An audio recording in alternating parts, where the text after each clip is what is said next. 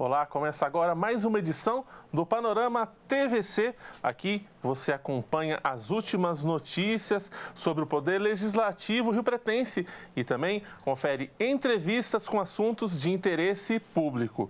Nessa edição nós vamos falar sobre a importância do primeiro voto e como o jovem pode tirar o título de eleitor.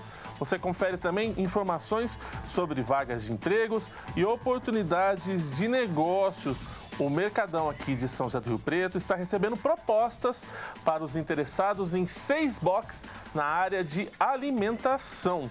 Na entrevista, os detalhes sobre a dengue, que já está assustando o riopretense, o número de casos de dengue já está subindo. A gente conversa sobre isso também. Mas antes disso tudo, você fica por dentro dos projetos que foram protocolados nos últimos dias na Câmara. Quem traz as informações é a repórter Jaqueline Casanova no Legislativo em Pauta.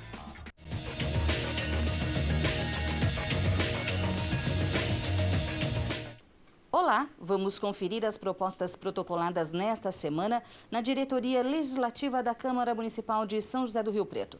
O vereador Jorge Menezes protocolou 4 projetos para a isenção da área azul para os profissionais da rede de saúde nas imediações das unidades em que estão lotados durante o trabalho. Para a isenção também da área azul para os profissionais de segurança pública nas imediações das unidades em que estão também durante o trabalho. E isenção da área azul para os profissionais da Guarda Municipal, também durante o trabalho. Outro projeto de Jorge Menezes é o que institui o Dia do Pedagogo. Tem também projeto do vereador Robson Risse, para que os postos de saúde e unidades de pronto atendimento informem os horários de atendimento de todos os profissionais de saúde do SUS. De Pedro Roberto, que institui no calendário oficial do município o Rio Preto Literário, evento que será realizado todo ano na semana do aniversário da cidade, que acontece no dia 19 de março. Do Executivo tem o projeto para a cessão de uso de imóvel público municipal em favor da Secretaria de Estado da Saúde de São Paulo para a construção de clínica veterinária. Foram protocolados também 28 requerimentos, 117 indicações e 4 moções. Todas essas propostas podem ser consultadas e acompanhadas no site da Câmara, riopreto.sp.leg.br. Jaqueline Casanova para a TV Câmara, o canal do Legislativo.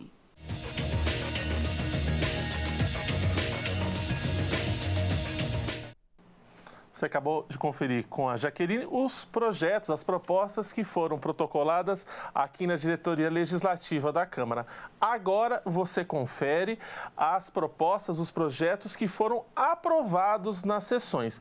A Thais Machado fez para a gente um balanço das sessões de número 21 e 22 realizadas essa semana aqui na Câmara. Confira. Confira agora o resultado da votação da sessão ordinária de número 21 deste ano, realizada em 5 de abril. Em primeira discussão quanto à legalidade, foi aprovada a matéria do vereador licenciado Fábio Marcondes, subscrito por Rossini Diniz, que isenta os profissionais da rede de ensino do município da obrigação de área azul nas imediações das unidades em que estão lotados durante os períodos de desempenho de suas funções. Também aprovado em primeira discussão o projeto de lei de João Paulo Rilo, subscrito por Jéssica Coletivas, que declara de utilidade pública a Associação Cultural Antônio Roberto de Vasconcelos. Os 2 vetos do Executivo na ordem do dia foram rejeitados pelo plenário. O primeiro, a proposta de Paulo Paulera, que permite paradas no trajeto ao longo das linhas do transporte público nos loteamentos de chácaras do município.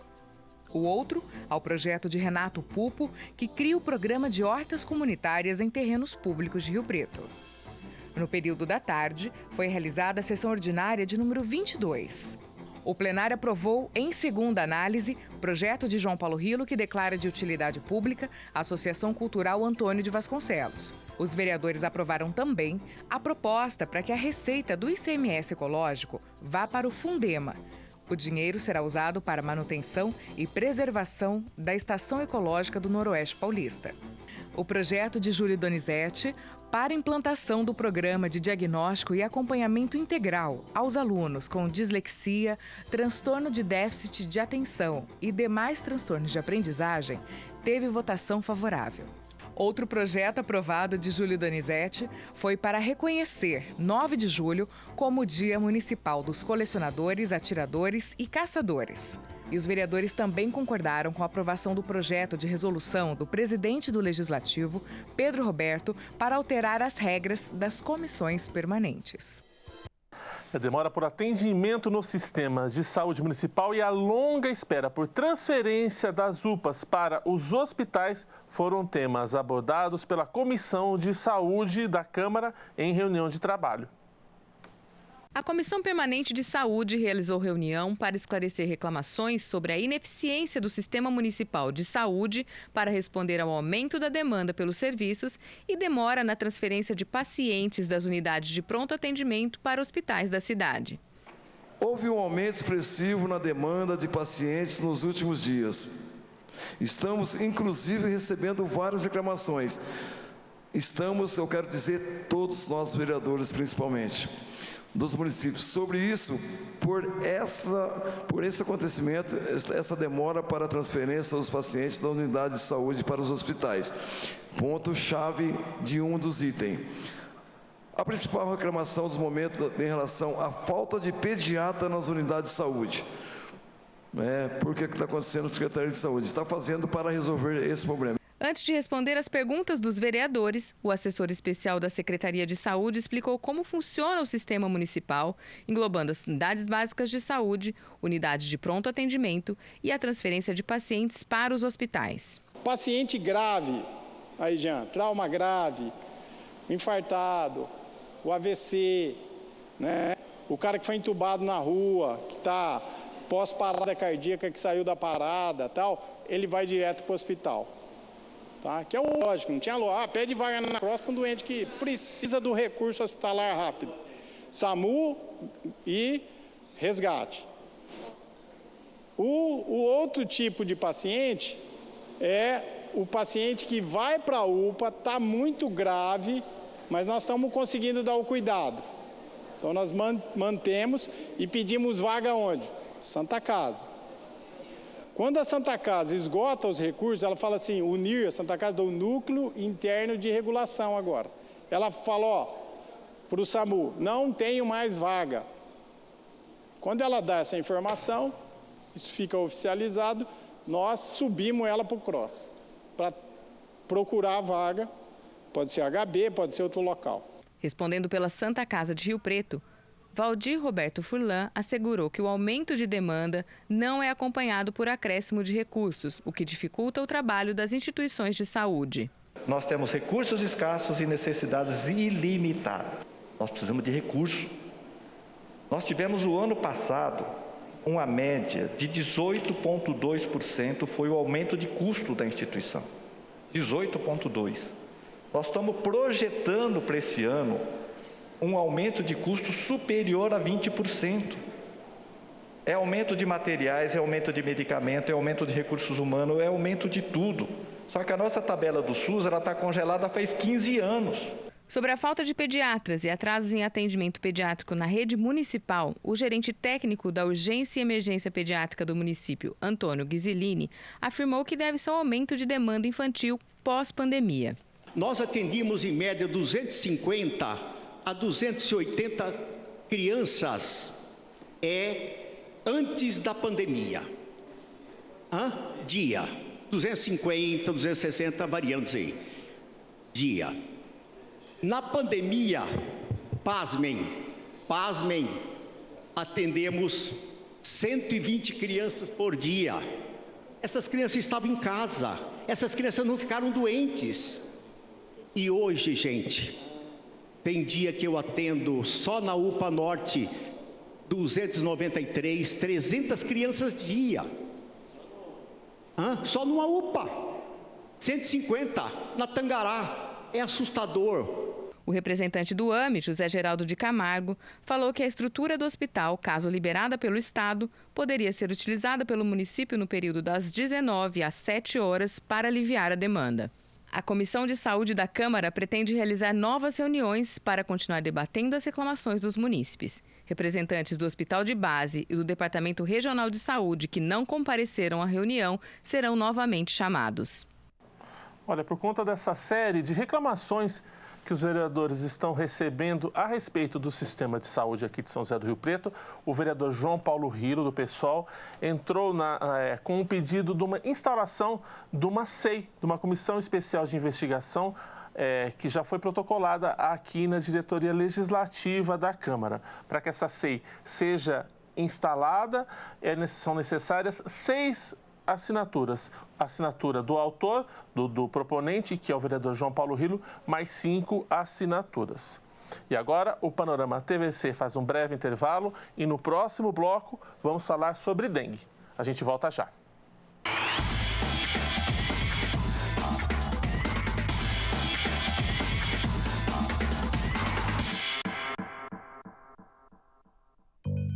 Conviver com a diversidade é um dos grandes desafios da nossa sociedade. Vivemos num país um país plural, diverso, onde ser diferente é um direito e respeitar a diferença um dever, para que a origem, a cor da pele, a condição física ou mental, a religião, a idade, o gênero, a orientação sexual e todas as diferenças sejam valorizadas e respeitadas. Conheça o movimento infantil é uma aventura para crianças, pais e responsáveis também. São 3 passos. 1. Alimentação saudável. Estimule a criançada a participar da escolha dos alimentos e do preparo das refeições. 2. Atividade física. Jogue junto, brinque, pule, corra. 3. Mais brincadeiras e atividades ao ar livre. Fazem bem para o corpo e a mente. Vamos prevenir a obesidade infantil. 1, 2, 3 e já! Ministério da Saúde, Governo Federal, Pátria Amada Brasil.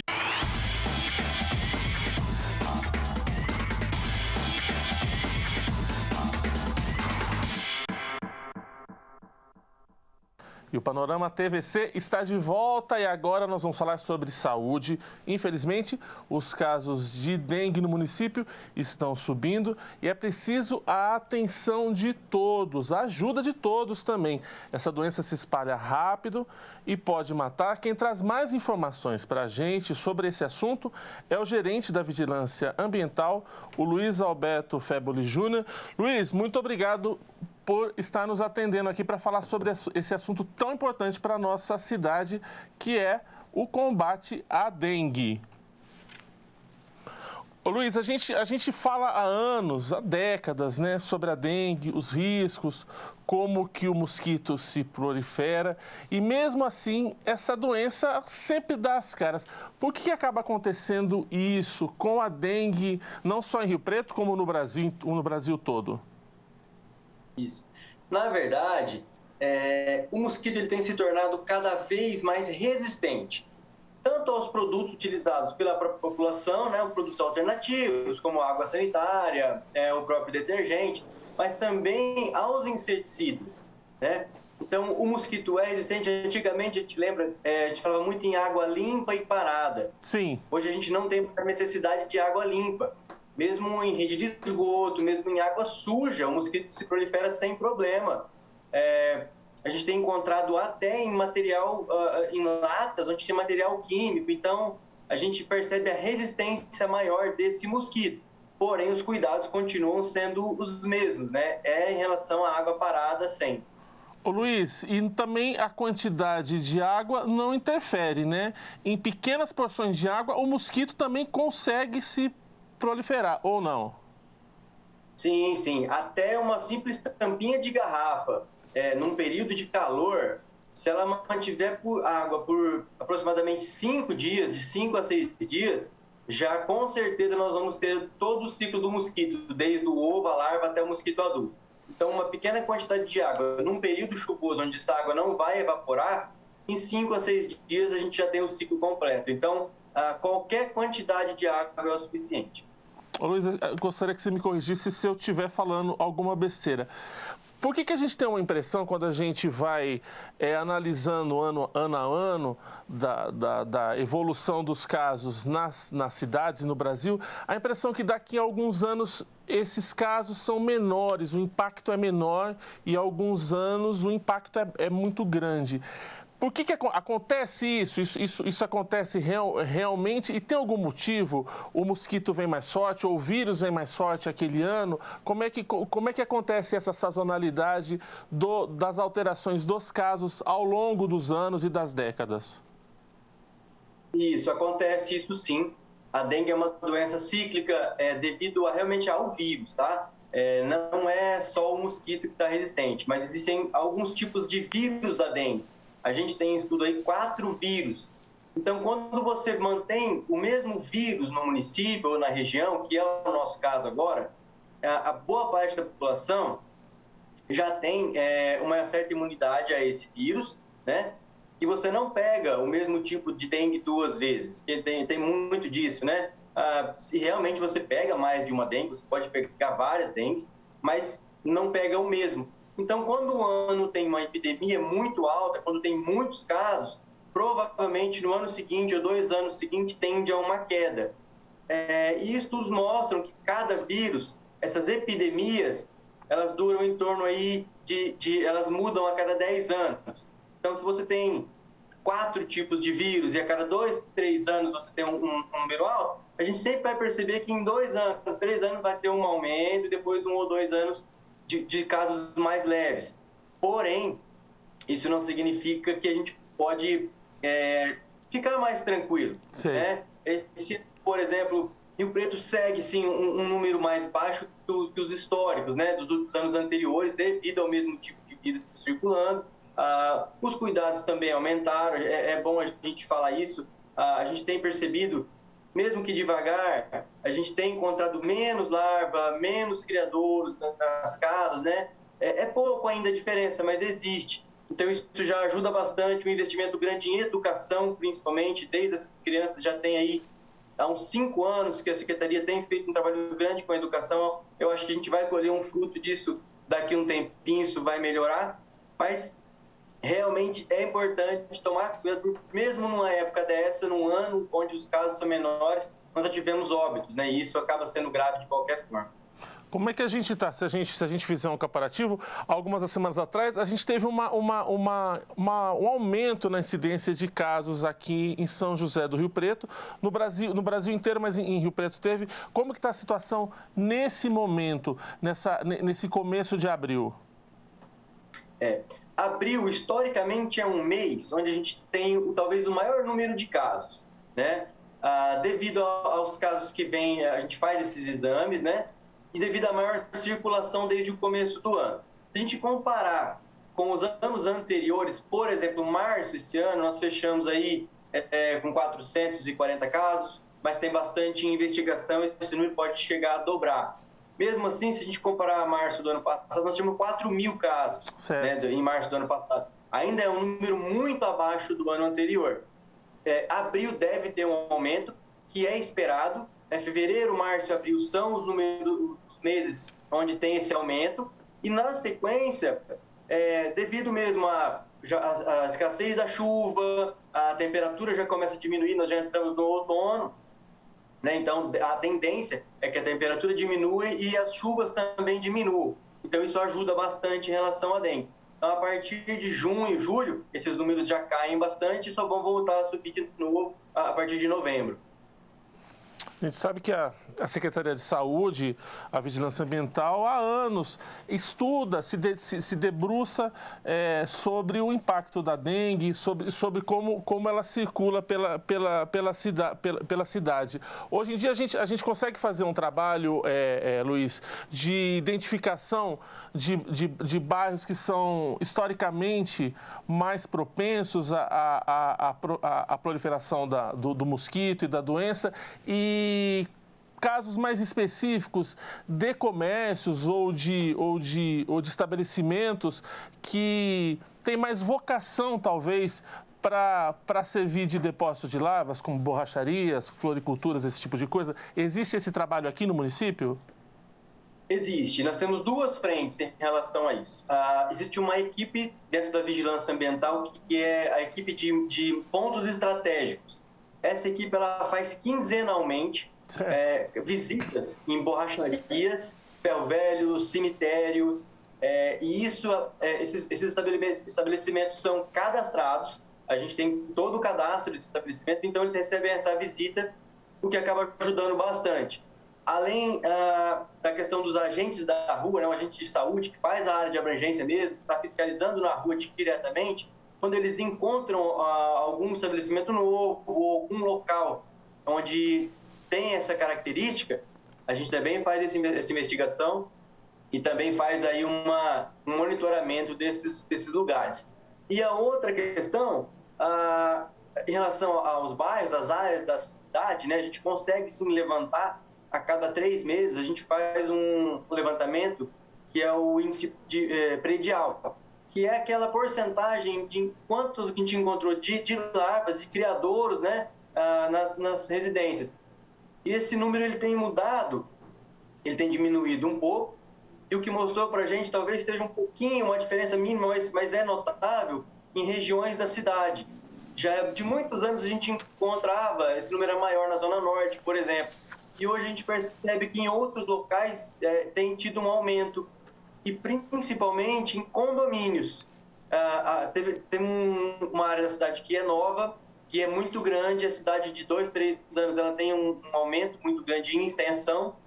Dentro desses condomínios e bairros novos, esse número tem aumentado, ficando maior até de alguns bairros da Zona Norte que eram historicamente maiores. Entendi. A gente consegue traçar mais ou menos um perfil do vilão padrão da dengue, assim, que tipo, onde é que ele aparece mais? São em piscinas? São em gente que tem um jardim muito grande? Onde é que é a maior prevalência dentro da casa das pessoas, ô Luiz, para a gente ficar atento a isso? A gente consegue sim, isso é um trabalho feito pelos próprios agentes, até quando eles fazem esse índice, eles marcam exatamente qual reservatório foi encontrado, qual recipiente. Então, novamente, a gente tem o dado de que o vaso de planta ainda é o nosso maior vilão, digamos assim. Né? Certo. E o que preocupa a gente, ele vem na sequência, sim, os ralos de menor uso dentro da residência. Perfeito. Não é aquele ralo da área externa, é um ralo interno.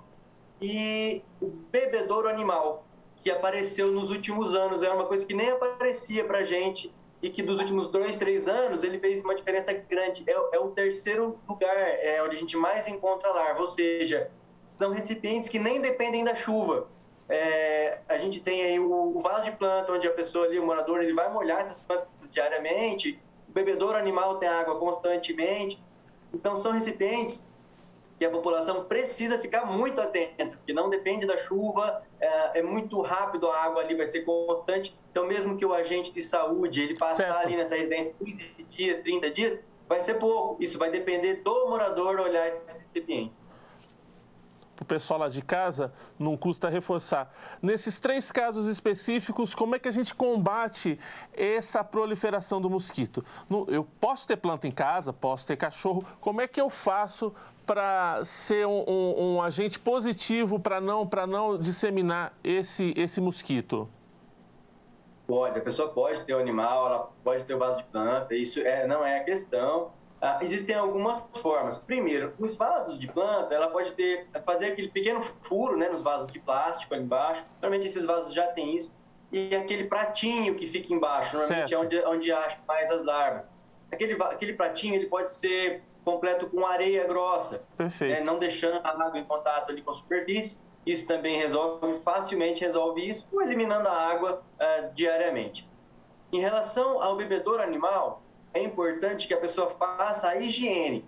Quando vai trocar a água, não só repor, mas realmente tirar essa água, que sobrar ali aquele restinho, e fazer a limpeza com uma bucha nas paredes. Entendi. É importante lembrar, avisar a população, o ovo do mosquito, ele não é colocado na água, ele é colocado na borda do recipiente, onde vai ter o contato com a água. Esse ovo é muito resistente, ele pode ficar num ambiente seco por até 1 ano.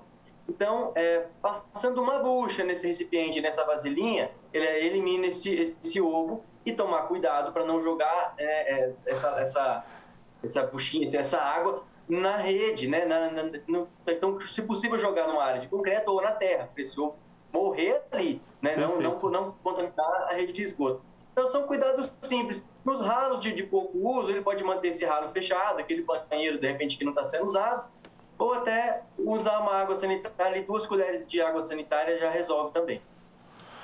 Para o pessoal ter uma noção, fala um pouquinho sobre, Luiz, sobre o ciclo desse mosquito. Ele é um ciclo rápido, né? Então, às vezes eu acho, não, todo mês eu estou vendo aqui, um mês não dá conta, tem que ser semanalmente em casa. É isso? Tem que ficar de olho sempre? Isso, não dá para esperar a visita do agente de saúde. O ciclo, ele tem, a gente na literatura, né, os protocolos são de 7 dias. Isso em geral. Porém, em regiões mais quentes, como é o caso da nossa, principalmente agora no verão, ele diminui para até 5 dias. Então, desde a postura do ovo até a larva se transformar em pupa, a pupa se transformar em mosquito adulto, ele vai de 5 a 7 dias, dependendo da época do ano. Esse ovo em si, ele pode ficar seco, como eu disse, por até 1 ano, dentro de um pneu ou qualquer recipiente, aguardando a água, mas a partir do momento em que ele entrou em contato com a água, são minutos a partir desse ovo eclodir. Minutos, que a gente diz assim mesmo, tá? 10, 15 minutos, que você molhar esse ovo, você vai ter uma larvinha ali já. Então, é muito importante não deixar esses recipientes expostos à água, né? É importante fazer mesmo uma vistoria. A gente fala muito sobre uma brigada nos estabelecimentos comerciais, nos prédios públicos, onde fique uma pessoa responsável, e até o morador também deve fazer isso na sua casa. Uma pessoa responsável por olhar semanalmente, olhar o quintal, olhar o rato, olhar a vaso de planta. Fazendo essa vistoria, com certeza ele elimina o criador. O ano passado a gente registrou 7 mortes por dengue. Esse ano já foram quantas mortes confirmadas? A gente já tem morte confirmada aqui em São José do Rio Preto, ô Luiz? Infelizmente já, nós temos 2 mortes confirmadas e tem morte ainda em investigação, talvez mais 2, né? E está em investigação ainda, mas a gente trabalha com um número de que morte, o ideal é 0.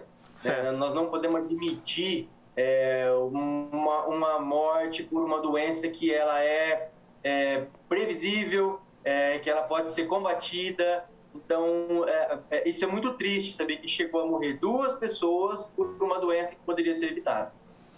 Ô Luiz, a gente está falando, até agora a gente falou sobre prevenção, que é a sua área de atuação, onde você trabalha, mas não custa também falar para o pessoal a respeito de sintomas. Quais os sintomas mais característicos da dengue? É febre, vermelhidão no corpo? O que a gente tem que ficar atento para procurar um posto de saúde? Isso é bastante importante, até pelos últimos anos, né? Nós tivemos aí uma pandemia da Covid-19 e esses sintomas se confundiram. Sim. Então é importante que as pessoas não esperem um sintoma grave. Febre, dor no corpo, manchas na pele, dor atrás dos olhos. Já se isso tiver num segundo dia, como uma sequência, já procura atendimento médico. Né? Vá até a UPA, até a UBS. Não espere esses sintomas piorarem. Mesmo até para o próprio médico identificar, não, se não for dengue, né, vamos saber o que é, para já identificar desde o começo. Então, aquele sintoma de dengue, normalmente é uma febre muito alta, dores no corpo, dores atrás dos olhos, dor de cabeça e as manchas na pele. A gente está falando da dengue, há alguns anos atrás, muitos casos de zika e chikungunya no Brasil. Aqui em São José do Rio Preto a gente tem algum registro? Como é que a gente está com relação a essas 2 doenças específicas? Elas também são transmitidas pelo Aedes aegypti ou não? Isso, é uma preocupação grande. Nós não temos essas doenças instaladas em Rio Preto ainda. A gente sabe... algumas cidades já que não tinham essas doenças passaram a ter, então existe um monitoramento desses, porque a transmissão é a mesma, é pelo mosquito. Então, é aquilo que a gente tinha falado sobre os vírus, né? A dengue tem 4 vírus, mas nós temos outros vírus, no caso da zika e da chikungunya, que são gravíssimos também. A partir do momento em que você traz um vírus desse para a cidade e passa a circular, rapidamente isso se torna uma epidemia. No momento, nós não temos, né? A gente não tem esses casos, tem investigação. Quando tem um caso, se não me engano, acho que nós tivemos em janeiro um caso de investigação, a gente já faz o bloqueio imediatamente, que é a retirada dos criadouros daquele raio de 250 metros e a nebulização. A gente já passa o veneno em torno dessa área para bloquear a doença ali.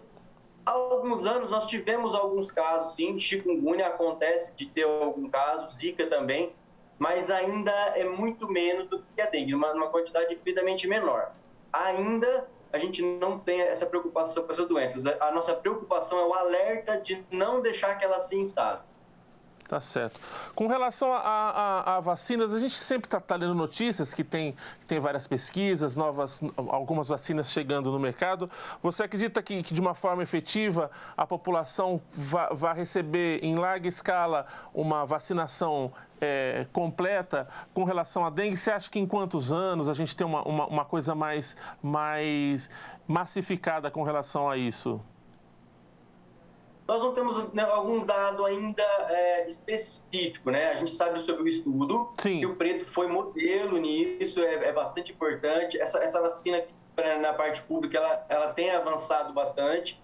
Já existem vacinas na rede privada, a gente tem uma eficácia ainda razoável em relação a isso, mas a gente acredita, sim, que em pouco tempo a gente tenha uma vacina para dengue para o público. Talvez em poucos anos isso aconteça. O que deixa a gente mais em alerta ainda, porque o vetor é o mesmo e outros vírus transmitidos por esse mesmo mosquito. Não vai adiantar tomar a vacina e não procurar mais retirar o criador. É importante para não ter outras doenças transmitidas pelo mesmo mosquito. Ô Luiz, para a gente ir encerrando o nosso papo aqui, na parte final, a vigilância ambiental faz algum trabalho, além das campanhas de marketing, as campanhas de conscientização, algum trabalho de base nas escolas? Gostaria que você falasse também da importância dos professores se discutir na sala de aula, esses cuidados que parecem tão simples e que a gente repete há tantos anos e que tem que ter uma rotina para a manutenção desses hábitos, desses bons hábitos. Tem algum trabalho específico da vigilância nas escolas? Tem sim. Nós começamos, antes da pandemia, nós já começamos esse trabalho de educação. Durante a pandemia, em parceria com a Secretaria de Educação, nas aulas online foi introduzido a dengue, não só a dengue, mas como escorpião, a leishmaniose e outros vetores também, né, outras doenças. E desde o começo desse ano, nós passamos a fazer uma feira de educação nas escolas. Então, vai uma equipe de agentes até a escola, eles dão palestra, eles mostram na prática como que é o criadouro, como que a larva se desenvolve, e conseguimos fazer isso em bastante escola. Está tendo uma ótima procura, né? As diretoras, os professores, eles aderiram a isso, e isso está sendo muito bom. A gente pensa que, de verdade, a melhor forma de se combater a dengue é com a educação. Então, essa parceria com a Secretaria de Educação tem dado muito resultado.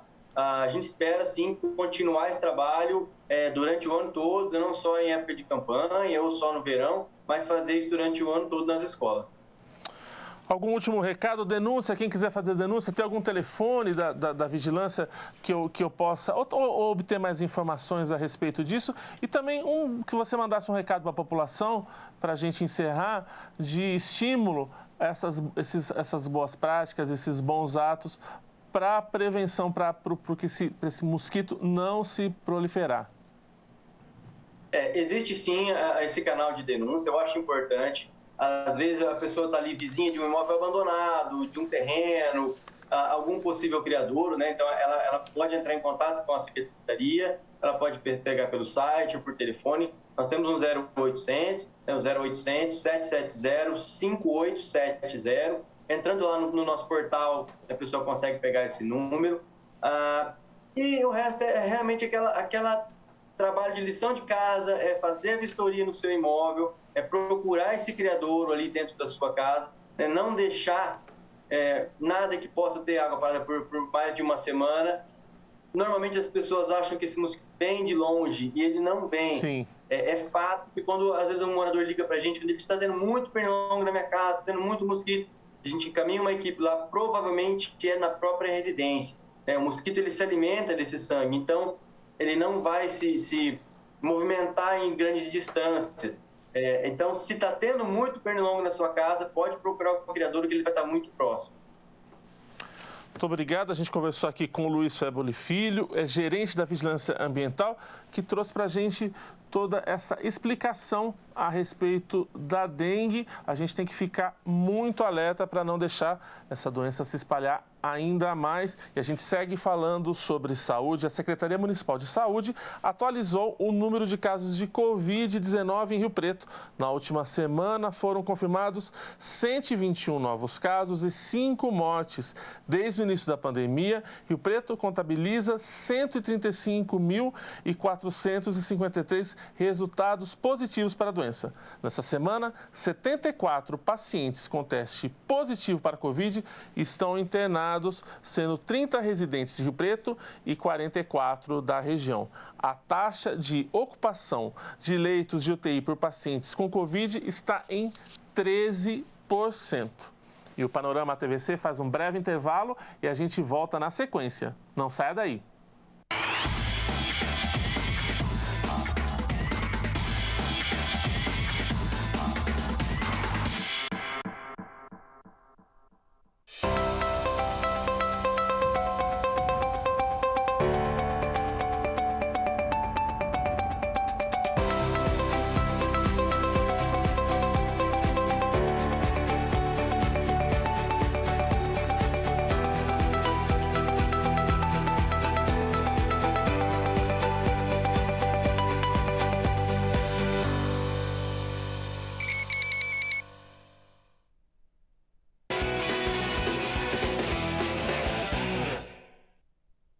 Olá, sou o Tenente Leme, comandante da Polícia Ambiental da região de São José do Rio Preto. Estou aqui para passar algumas dicas de segurança, como, por exemplo, manutenção do equipamento, do onde fazer o embarcado, a quantidade de pessoas que você vai carregar no barco, isso é importante, fazer a segurança durante a navegação, a qualidade dos equipamentos que você está carregando, a quantidade de combustível, tudo isso é importante para manter a sua boa navegação, uma boa pescaria e que todos que voltem com segurança para suas residências.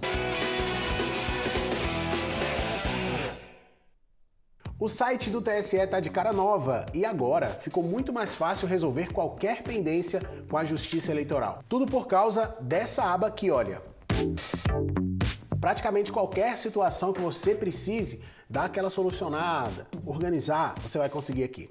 Vamos resumir tudo que você encontra agora nesse espaço do site. Por exemplo, se você clicar aqui em título de eleitor, ele vai te levar para essa página aqui e você vai ter acesso ao passo a passo de como tirar, transferir ou regularizar o título. E também como consultar local de votação, incluir nome social e outras opções. Para emitir a certidão de quitação eleitoral, basta um clique aqui, ó, e pronto. Aí é só preencher os dados. O mesmo serve para validação de documentos. Depois de clicar na abinha, é só você preencher o formulário.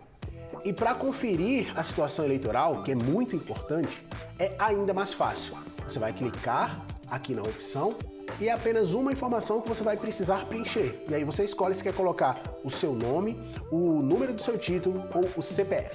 E a última opção é essa aqui, todos os serviços.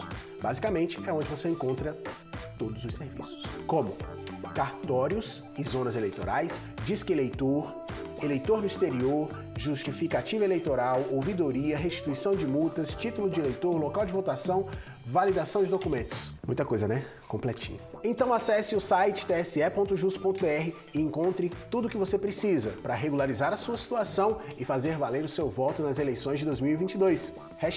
#Bora Votar.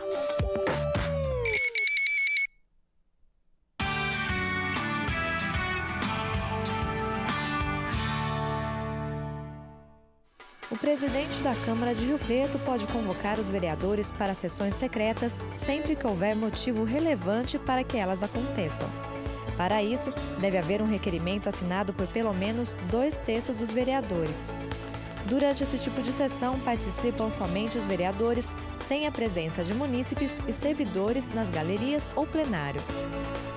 A concessão de títulos de cidadão honorário e outras honrarias e a denominação de ruas e praças estão entre as propostas analisadas em sessões secretas na Câmara Municipal.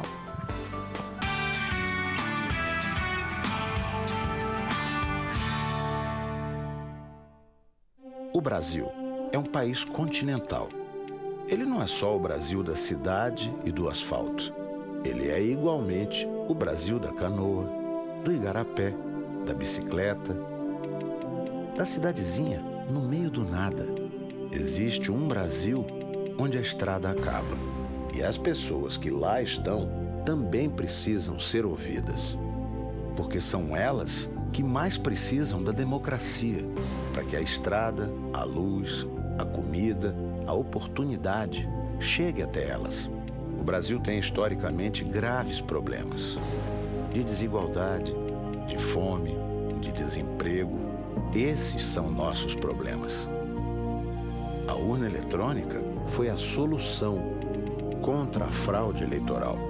Ela é um caminho e a democracia é a estrada.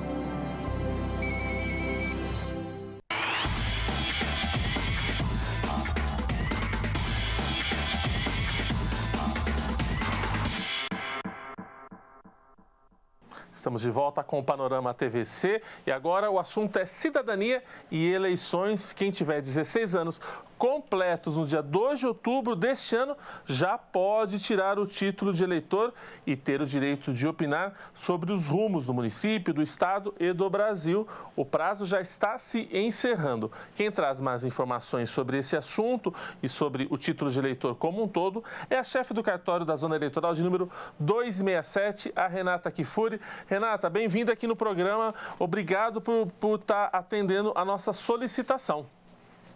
Muito obrigada, eu que agradeço. É muito bom sempre ter essa oportunidade de orientar o eleitor. Renata, vamos começar nosso bate-papo.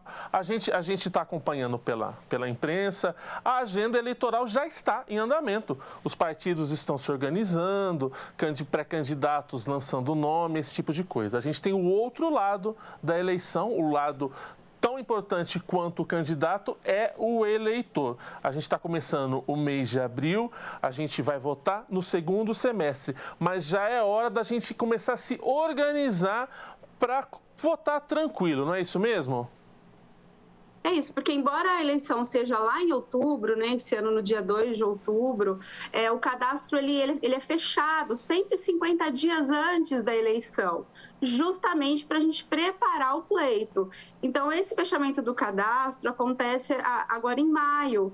Então, o eleitor que deseja fazer uma transferência, fazer uma revisão, ou mesmo quem ainda não é eleitor e deseja se alistar, ele só tem até 4 de maio para procurar o cartório eleitoral. Ô, Renata, aí no caso, o que você recomenda para um eleitor comum mesmo? É dar uma checada no título, se está com o título em mão, conferir o local de votação, se esse local às vezes é muito raro, mas às vezes esse local deixa de existir, se esse local ainda existe, esse tipo de coisa que você recomenda que seja feito no caso de um eleitor que vota tranquilamente, que tem comparecido em todas as eleições e que vai votar agora no mês de outubro, é isso? Isso, são várias formas do eleitor verificar a situação dele, ou mesmo às vezes esquece onde vota. Ele pode fazê-lo através da internet, no site do TRE de São Paulo. Ele pode fazer através do aplicativo e-Título, que também ele tem o acesso ao título digital, também lá consegue acessar esses dados. E nós temos também um teleatendimento, que é um número 148, que lá ele também consegue, pelo telefone, saber da situação dele, saber onde ele vota, se está tudo regular. Deixa eu perguntar para você, com relação à biometria, essa etapa do cadastro já foi superada ou a gente teve que, por conta da pandemia, esse tipo de coisa, a gente teve que suspender o reconhecimento pela biometria dos eleitores? Como é que tá isso? Foi muito bom você tocar nesse assunto, até porque eu tenho escutado algumas coisas a respeito da biometria. Vale lembrar ao eleitor que a biometria ela está suspensa. Nós não encerramos a biometria aqui na cidade de São José do Rio Preto e em vários outros municípios e deixamos de coletar a biometria por conta da pandemia. Então, para essa eleição, não será utilizada a biometria. Então, quem não se cadastrou não precisa ficar preocupado, tampouco querer procurar o cartório nesse momento para isso, porque a gente não está acolhendo. Então, vai votar normalmente lá em outubro e o ano que vem a gente vai retomar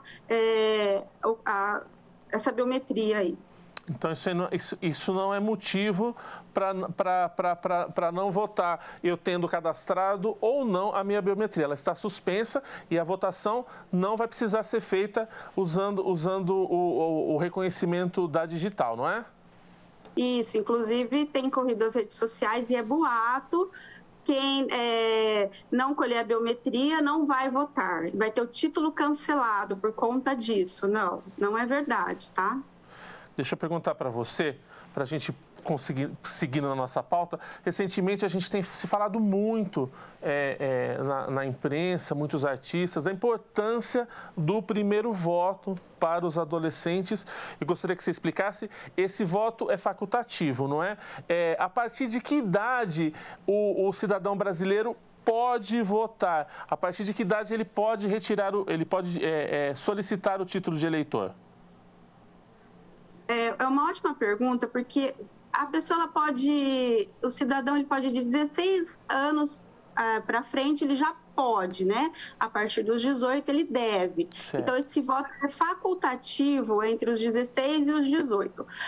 Mas a gente tem que pensar o seguinte, o cadastro fecha agora, como eu falei, no dia 4 de maio. Então se o cidadão tiver 15 anos nessa data, mas lá no dia 2 de outubro ele já tiver completado os 16 anos, ele já pode tirar o título de eleitor. Então, é legal frisar isso. Então, nós temos aí um jovem de 15 anos hoje, mas que em 2 de outubro ele terá 16 anos, ele já pode tirar o título de eleitor. Renata, e se ele tirou esse título, essa faixa dos 16 aos 18, até os 17 fazendo 18, ele é obrigado a votar, ele tendo tirado o título? Não, tanto o alistamento quanto o voto nesse período é facultado. Perfeito. Então, ele pode tirar, mas se ele não for votar, não vai ter problema nenhum. Eu vou passar uns dados aqui, numa estatística que você mesma me passou, só para o pessoal lá de casa ter uma noção. Você me corrija se meus dados, se eu estiver falando besteira, só para a gente ter uma noção do universo de eleitores de 16 e 17 anos aqui em São José do Rio Preto. A gente tem 413 eleitores cadastrados para votar, de 16 anos, e 1.137 eleitores cadastrados de 17 anos. Esses números, pela minha pesquisa, Renata, eles deram uma aumentada do último levantamento. Você acredita que foi por conta dessa campanha da Semana Jovem para incentivar o jovem a se cadastrar? Sem dúvida alguma. O tribunal, o próprio TSE, faz essa campanha para chamar esse jovem para se alistar. E essa campanha esse ano ocorreu de 14 a 18 de março. E também temos que destacar também os influenciadores, né? A internet, que foi muito comentado. Isso com certeza ajudou aí nesse aumento. Renata, outra coisa que eu acho que é importante destacar para o jovem, que quanto antes ele tirar o título, é melhor para ele, porque esse título de eleitor, ao longo da nossa vida, em vários momentos no nosso processo de cidadão público, esse título vai ser solicitado, né? A obrigação do voto, o voto deve ser, o brasileiro tem que votar, e se ele não votar, ele pode sofrer algumas sanções, né? Para o jovem específico, qual que é a vantagem dele já tirar isso antes? Para matrículas, talvez, do Enem, esse tipo de coisa, vai fazer alguma diferença ou não? Não, esse título ele é exigido em várias situações da vida civil. No caso do jovem, para ele se inscrever numa universidade, aí depois já aos 18 anos, 19, vai ser exigido. Então, eu acho que a principal, obviamente que, primeiro falando na possibilidade de votar, é essa exigência para ingressar numa universidade. Durante a vida civil, conforme você disse, que outros momentos que o título e os comprovantes de estar todo em dia com a minha votação me são exigidos? Concursos, esse tipo de coisa? Passaporte? Ainda são pedidos? Ainda. Concurso, passaporte, empréstimos bancários, várias situações. Natasha, você estava falando no começo da nossa entrevista a respeito do e-título e a respeito de toda a informatização.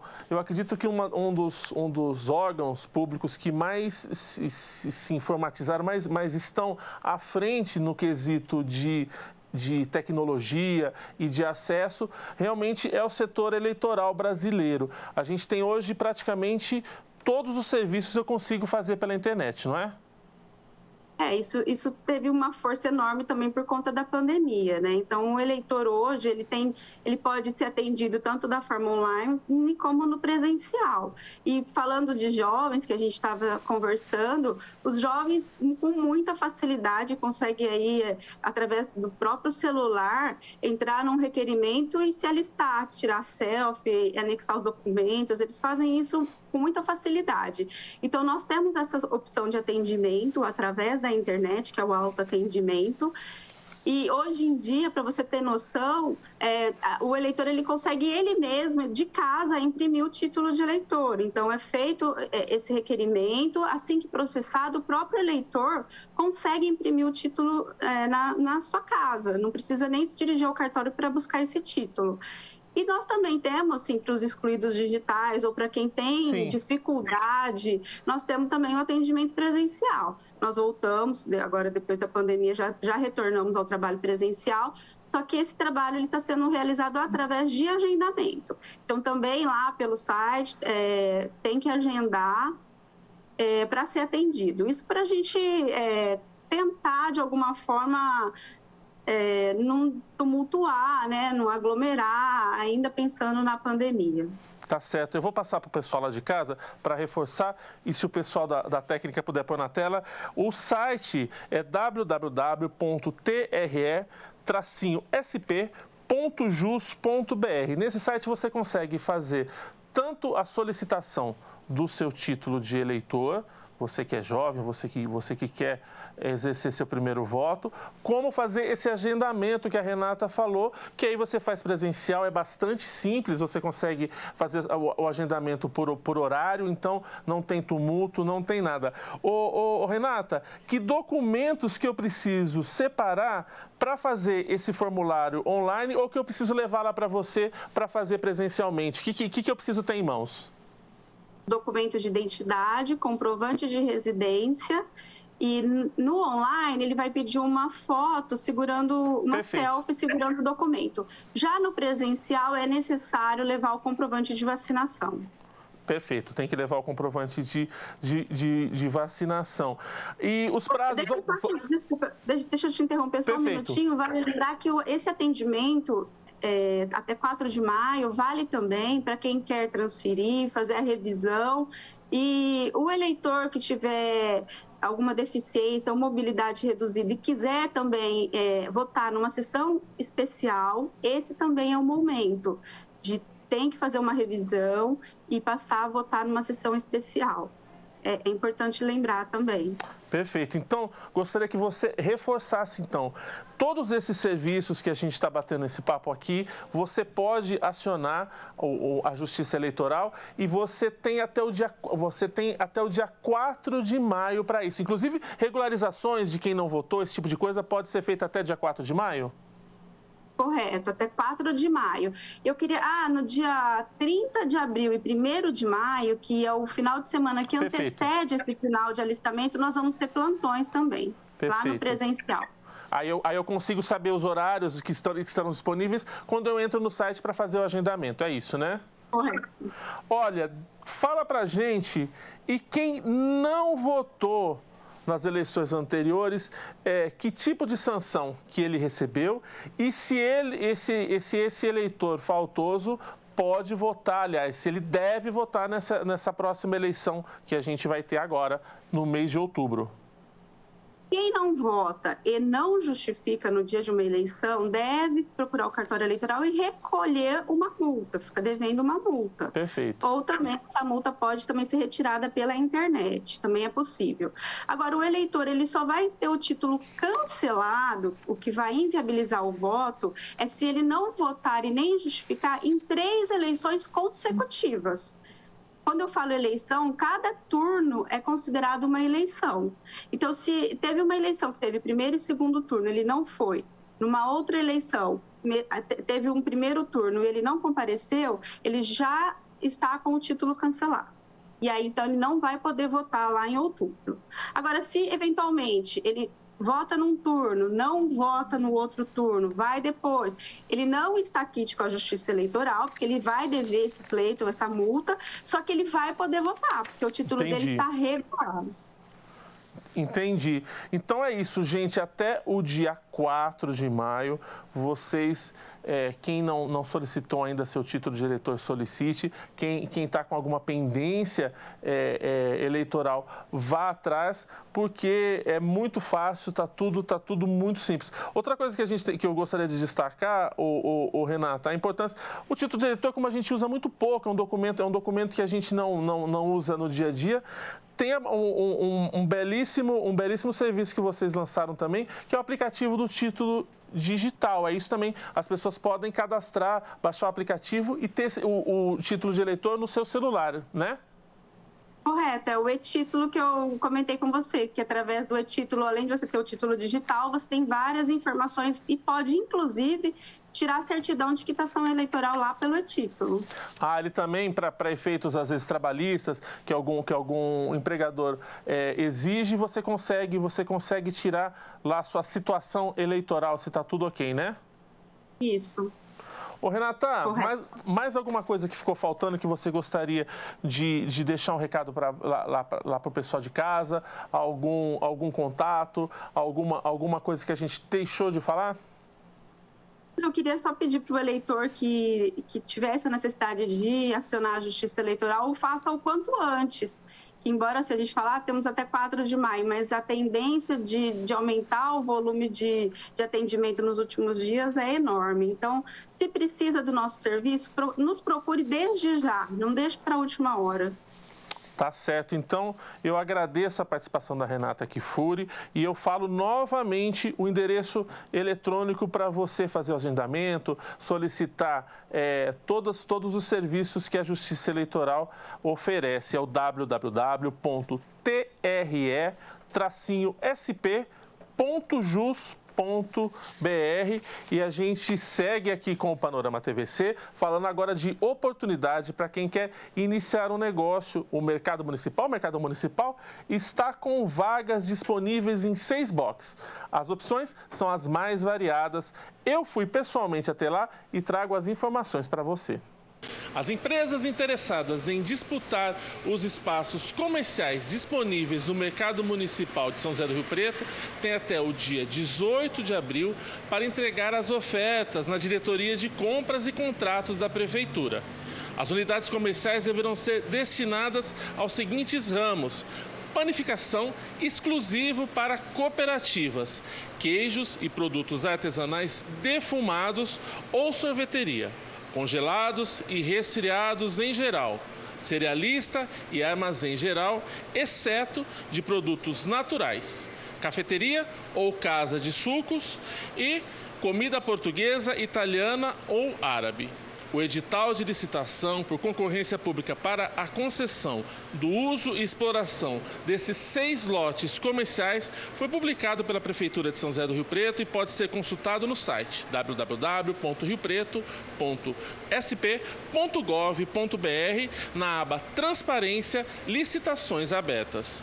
O critério na disputa é o de maior oferta por unidade comercial, partindo do valor estabelecido no edital.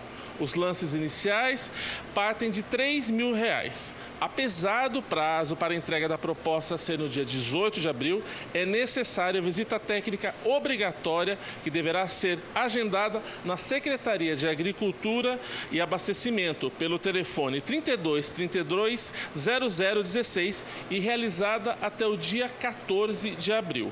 Os ganhadores da licitação terão 90 dias para a instalação do negócio. Os espaços poderão ser ocupados por 5 anos, prorrogáveis pelo mesmo período, limitado a 2 renovações. Matheus Camargo para a TV Câmara, o canal do Legislativo. E a Receita Federal prorrogou o prazo para a entrega da declaração do imposto de renda. A data final agora é 31 de maio. E na hora de acertar as contas com o leão, é preciso estar atento. Você sabe como declarar dependentes de forma correta? Então, confira as orientações no quadro. Fica a dica.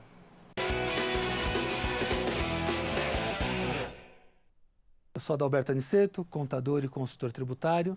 E no Fica a Dica de hoje vamos falar sobre imposto de renda pessoa física. Quem que são meus dependentes? Cuidado, né?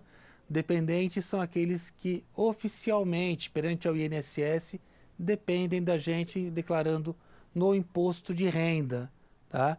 E se eu lancei a pessoa, meu filho, meu pai, minha mãe, cônjuge, né, como dependente, e ele tem rendimento, eu também tenho que lançar o rendimento. Esse é o Fica a Dica de hoje. O Centro de Referências da Assistência Social do bairro Solo Sagrado realiza neste mês um projeto de incentivo ao primeiro emprego para jovens do município. Quem traz os detalhes dessa e de outras oportunidades profissionais é a repórter Vivian Lima. Confira. Olá para você que acompanha a programação da TV Câmara. Eu sou Vivian Lima e estou aqui para dar um importante recado para os jovens que buscam o primeiro emprego. Uma ação da Secretaria de Assistência Social está atendendo jovens de 14 a 24 anos que buscam inserção no mercado de trabalho. A iniciativa é desenvolvida em parceria com instituições educacionais e com entidades que promovem a inserção profissional. Uma atividade especial será realizada no dia 12 de abril, no CRAS Solo Sagrado. O evento vai contar com 10 estandes para orientações e atendimentos. Os jovens terão acesso a serviços de inscrição em vagas de estágio, cursos profissionalizantes e processo seletivo para vagas de emprego. Vão saber também como tirar a primeira carteira de trabalho e terão orientação sobre como ingressar em faculdades e cursos técnicos. A ação será realizada das 10 horas da manhã até as 4 horas da tarde. Os interessados devem levar documentos pessoais como RG e comprovante de residência. O CRAS Solo Sagrado fica na rua Beatriz da Conceição, número 241, bairro Solo Sagrado. O Instituto Federal de Rio Preto está com inscrições abertas para concurso público. O objetivo é a contratação de técnico de laboratório para a área de produção de áudio e vídeo. O edital prevê uma vaga para o cargo. Essa vaga deve ser preenchida por pessoa com deficiência. O candidato deve ter ensino médio profissionalizante em técnico em produção de áudio e vídeo, ou ensino médio completo, mais o curso técnico solicitado pelo edital. As inscrições seguem até o dia 10 de abril e devem ser feitas pela internet. Basta acessar concursopublico.ifsp.edu.br. A Secretaria de Educação de Rio Preto vai contratar estagiários de pedagogia. O processo seletivo já está aberto. Os interessados devem fazer a inscrição pela internet até o dia 11 de abril. O candidato deve estar matriculado em curso superior de licenciatura em pedagogia. A carga horária semanal é de 25 horas. O estagiário tem direito a uma bolsa auxílio de R$ 925, mais auxílio transporte. Os interessados devem acessar o site digital.educação.riopreto.br e clicar em processo seletivo. Bom, mais informações sobre o mercado de trabalho em Rio Preto você encontra ao longo da nossa programação e também em nossas redes sociais. Estamos no Facebook e no Instagram. Até mais! E a Prefeitura de Rio Preto anunciou a homologação dos concursos de números 2, 3, 4 e 5 realizados em 2019. Juntos, esses certames somam 547 cargos em diversas áreas. A homologação dos concursos foi publicada no Diário Oficial desta sexta-feira, 8 de abril. As primeiras convocações já saem no sábado, dia 9. A Prefeitura determinou a convocação prioritária dos aprovados na área da saúde. Já as demais pastas deverão realizar o chamamento gradativamente dentro do prazo de validade do concurso. Os certames têm validade de 1 ano, contado a partir da data da publicação da homologação, e podem ser prorrogados por igual período. E o Panorama TVC segue falando de oportunidade profissional. O balcão de empregos da Prefeitura de Rio Preto está com mais de 500 vagas disponíveis. Confira os destaques. O balcão de empregos da Prefeitura de São José do Rio Preto está com mais de 500 vagas de trabalho nesta semana. Os destaques são 97 vagas para vendedor, 52 vagas para operador de telemarketing, 44 vagas para atendente de lanchonete, 20 vagas para profissional de apoio e 5 vagas para intérprete de Libras. A lista completa com as demais vagas está disponível no site da Câmara, o riopreto.sp.leg.br. Para mais informações, basta clicar em Utilidade Pública e depois em Balcão de Empregos. Já para se candidatar às vagas, o trabalhador pode acessar o site da Prefeitura, o riopreto.sp.gov.br/balcão empregos. O Panorama TVC agora fala de cultura. O Sesc Rio Preto realiza agora no mês de abril o projeto Cinema e Cidade, Lentes Modernistas. As produções, todas da década de 20, revelam as transformações registradas no período, tanto no ambiente urbano quanto nas produções artísticas. Confira.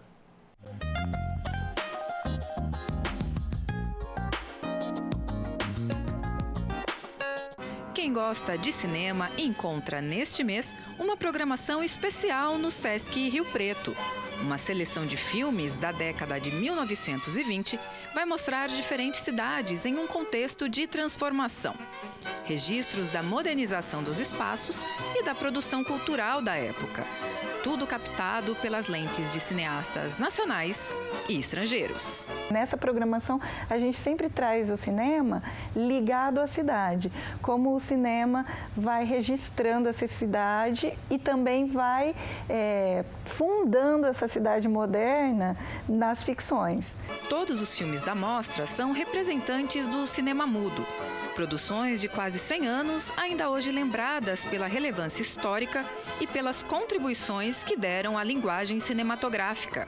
As exibições serão realizadas aqui no Teatro do Sesc. A escolha do local lembra a forma como aconteciam as sessões de cinema no passado. A gente sabe que lá no início ainda não existiam salas como hoje, né? Salas de exibição de cinema. Os filmes eram exibidos no teatro, com música ao vivo, porque todos são filmes mudos, cuja trilha sonora não era sincronizada, né? Então, as trilhas eram executadas ao vivo. Então, a gente vai ter isso também. Enquanto algumas sessões terão música ao vivo, outras serão comentadas por especialistas. Na quarta-feira, 13 de abril, às 8 horas da noite, a atração é o filme São Paulo, Sinfonia da Metrópole. Na sequência, a plateia confere comentários de Doni Correia, poeta e cineasta. Na quinta, 14 de abril, também às 8 da noite, é a vez de um homem com uma câmera. A exibição é acompanhada de música ao vivo executada pelo compositor Anselmo Mancini. No dia 20, o público confere fragmentos da vida, de José Medina, um dos pioneiros do cinema nacional. Fragmentos da Vida, que é do José Medina, então é uma ficção e que acontece em São Paulo. Então isso é interessante também, né, ver a cidade ali como uma das personagens desse filme. Também em 20 de abril, o Sesc exibe o documentário Veneza Americana. A programação desse dia, que vai contar com trilha ao vivo, começa às 8 da noite. Toda a programação é gratuita, é só chegar meia hora antes, né, para retirar o ingresso. Para entrar no Sesc, é preciso que a pessoa traga o comprovante de vacinação, né, contra a Covid-19, agora as 2 ou 3 doses, dependendo da faixa etária. A gente recomenda, né, que em ambientes fechados continuem usando a máscara, ela não é obrigatória, mas a gente ainda recomenda.